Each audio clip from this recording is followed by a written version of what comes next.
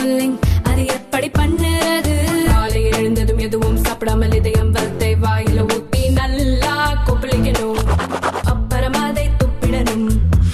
இதுதான் oil pulling.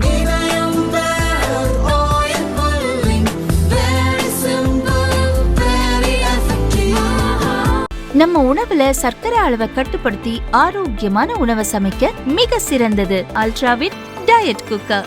Ultra என்றால் ஆரோக்கியம். துணை முதல்வர் உதயநிதி பிறந்தநாள் பொதுக்கூட்டம் நெல்லை ஜோதிபுரம் திடலில் நடந்தது. அதில் பேசிய திமுக அமைப்பு செயலாளர் RS பாரதி, நாம் தமிழர் என்ற பெயரை சட்டப்படி சீமான் பயன்படுத்தக்கூடாது, வழக்கு தொடர்ந்தால் சீமான் கட்சியே நடத்த முடியாது என்றார். அவன் கட்சிக்கு நாம் தமிழன் கட்சி வச்சிருக்கிறது ஃப்ராட். சட்டப்படி பார்த்தால் அந்த பெயரை வைக்கக்கூடாது. இங்கே இருக்கிற மூத்தவர்கள் ஒரு 67 கட்சியில் இருந்தவர்களுக்கெல்லாம் தெரியும். இதே பகுதியிலே தான் சீபா ஆதித்தனார் நாம் தமிழர் கட்சியை துவக்கி நடத்தினார். அவர் என்ன செய்தார்?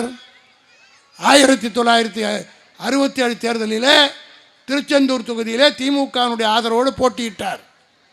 அப்பொழுது வரை நாம் தமிழர் கட்சி இருந்தது. அதற்கு பின்னால் அப்பொழுது சபாநாயகராக அண்ணா அவரிடத்தில் அமர்த்தினார். கலைஞர் முதலமைச்சரானவுடன் அவர் சபாநாயகராக இருந்த ஆதித்தனார் இதை பத்திரிகையாளர்கள் அவர்கள் கூர்ந்து இதை கேட்டு, நாளைக்கு அவன் எங்கேயாவது சீமான் வந்தால் இந்த கேள்விக்கு பதில் தைரியமாக கேட்கணும்.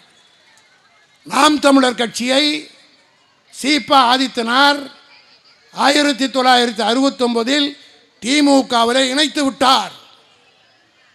கட்சி கலைக்கப்பட்டு விட்டது. நாம் தமிழர் கட்சியே கிடையாது. காரணம், அதை கலைச்சிட்டு ஆதித்தனார் திமுகவில் சேர்ந்து திமுக மந்திரி ஆயிட்டார். அதற்கு பின்னாடி இன்னைக்கு ஃபோர்ஜரியா அந்த கட்சி பேரை வைத்துக்கொண்டு சட்டப்படி நான் கேஸ் போட்டேன்னு வச்சுக்க, உன் கட்சிக்கு பேரே இருக்காது.